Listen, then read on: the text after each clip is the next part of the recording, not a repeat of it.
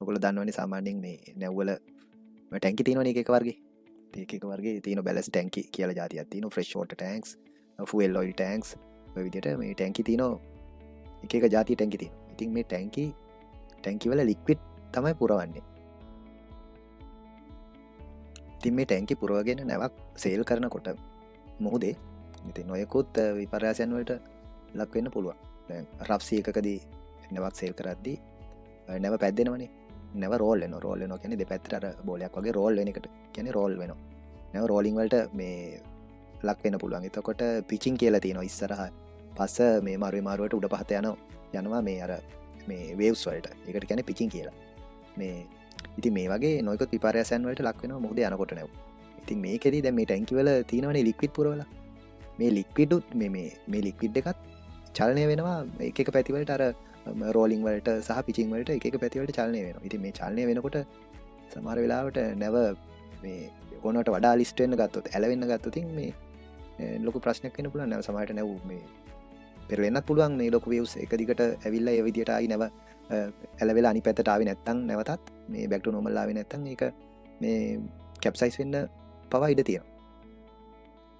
ඉතින් මේක මේ ප්‍රිවෙන්ට් කරන්න ගොඩක් ඔය මේ ෂිප් බිල්ඩර්ස්ලා කරන්නේ ඔය ටැංකිය ඇතුලේ මේ වෙනම පාර්ටිෂන් කරනවා. වෙනම බැෆල් ප්ලේට්ස් වගේ දාලා ඒ වගේ ටෙක්නික්ස් තියෙනවා. එතකොට අර වතුර වල මූවමන්ට් එක අඩු කරන්න මේ ඒ වගේ ටෙක්නික්ස් පාවිච්චි කරලා තියෙනවා.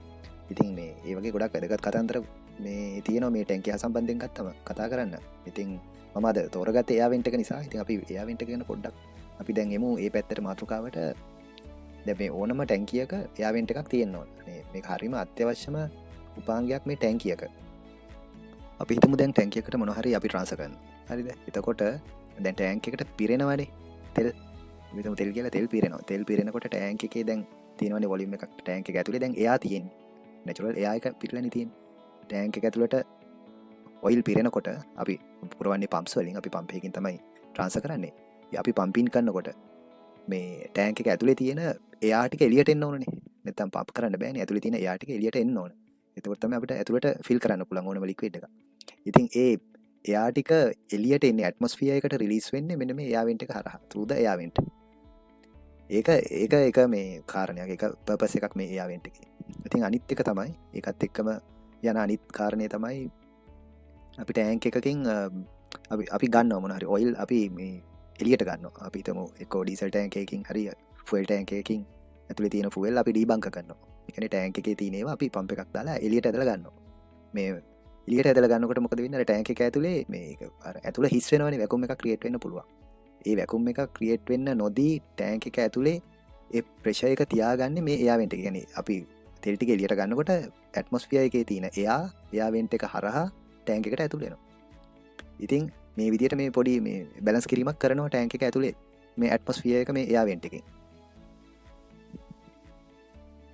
මේ එයා වෙන්ට් එක ගැන තියෙන ලස්සනම කතන්දරයක් තියෙනවා. මම ඒක වීඩියෝ එකේ මේ අන්තිම හරියට කියන්නම්. ඒක මාර ඉම්පෝටන්ට් කතන්දරයක්. මේ ඊට කලින් මට පොඩි වීඩියෝ එකක් තියෙනවා එයා වෙන්ට් එකේ ඔපරේෂන් එක මට ඔයගලන්ට පෙන්නන්න ඕන. මම මේ ගලපු එයා වෙන්ට් එක පොඩි වීඩියෝ එකක් තියෙනවා. අපි ඉස්සෙල්ලා වීඩියෝ එක බලලිමුකෝ. ඊට පස්සේ මම මේ අර කතාව කියන්නම්. මේ ෆුවල් ටැංක් එක වෙන්ට් හෙඩ් එකක් තියෙන්නේ. මේක මේ ලයින් එකේ උඩට තමයි මේ එළිය හෙඩ් එක ආයේ. මේක මෙතනින් තමයි මේ ලයින් එක ඇතුළට සම්බන්ධ වෙන්නේ. මේක මේ අපි දැන් ගලවලා තිනවා මේක. මේක මේ දෙපැත්තේ තියෙන කැරි දෙක. ඒක ගැලෙවුවම එහෙම ගන්න පුළුවන්. අලුතෙන් අදලා තියෙන්නේ මේක මේ ෆ්‍රේම් ට්‍රැප් එක. නෙට් එක වගේ තියෙන්නේ. එහෙම තමයි ඇතුළ තියෙන්නේ. ඒක ඔයගොල්ලන්ට පේනවා මේ සීට් එකක් තියෙනවා. රබර් සීට් එකක් තියෙනවා. මේ සීට් එකට තමයි මේ ෆ්ලෝටර් එක මෙහෙම ගිහිල්ලා මේක ෆ්ලඩ් වුණාම ෆ්ලඩ් වුණොත් වතුර මෙතන යනවනේ ඇතුළට. මෙතන ගිහලා වතුර මෙහෙම ගිහලා ෆ්ලෝටරේ උඩට තද කරනවා. එතකොට මෙතන කට වැහෙනවා. එතකොට ටැංකිය ඇතුළට මෙතනින් වතුර යන්නේ නැහැ. මෙතනින් වතුර යන්නේ නැහැ. මෙහෙම තද වෙනවා.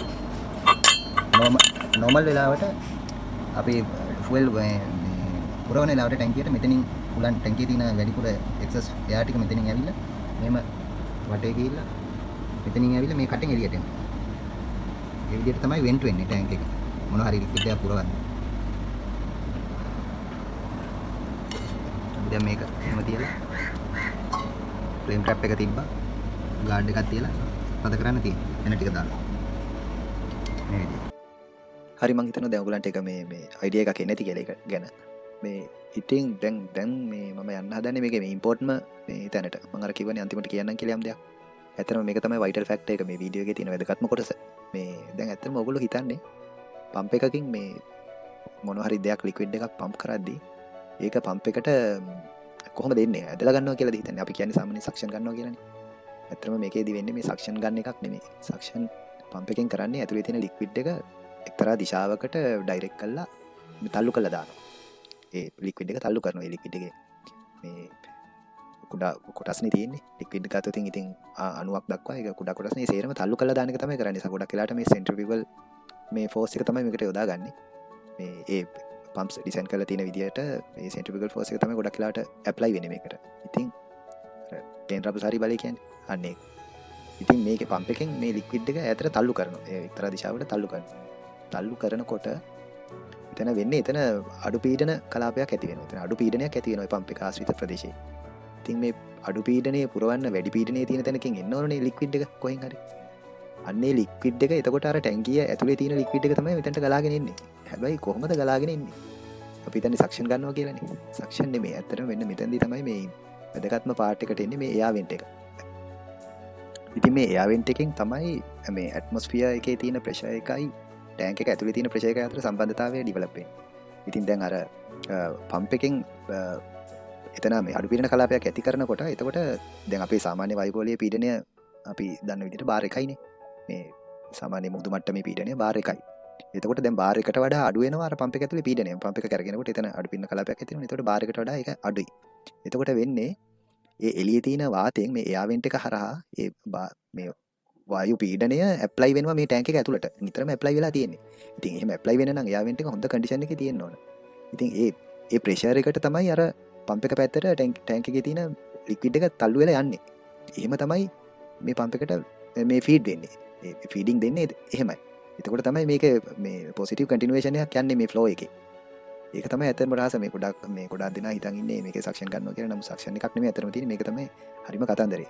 ඉතින් මේක තමයි මට අද ඔයගලන්ට කියන්න ඕන වෙලා තිබ්බේ. මේ වගේ අපි බලමු. මම මේ ආයි මට මේ වීඩියෝ එක දැන් නවත්තන්න වෙනවා. මොකද මේ කාල වේලාවක් නැහැ දැන් තවත්. ඉතින් ඔයගලන්ට මොන ප්‍රශ්නයක් තියෙනවා තාම මොන හරි දෙයක් ගැන මට කමෙන්ට් එකක් දාන්න. එතකොට මට ඒ කමෙන්ට් එක හරහා ඔයගලන්ට තව වීඩියෝ එකක් කරන්න පුළුවන්. මොකද මට හිතෙන දේවල් නෙමෙයි ඔයගොල්ලෝගෙන් ප්‍රශ්න එනවා නම් මට ලේසි වීඩියෝ එකක් දාන්න ඒකත් එක්ක ඉන්ටර්කනෙක්ට් කරලා. ඉතින් බොහොම ස්තුතියි වීඩියෝ එක බැලුවට.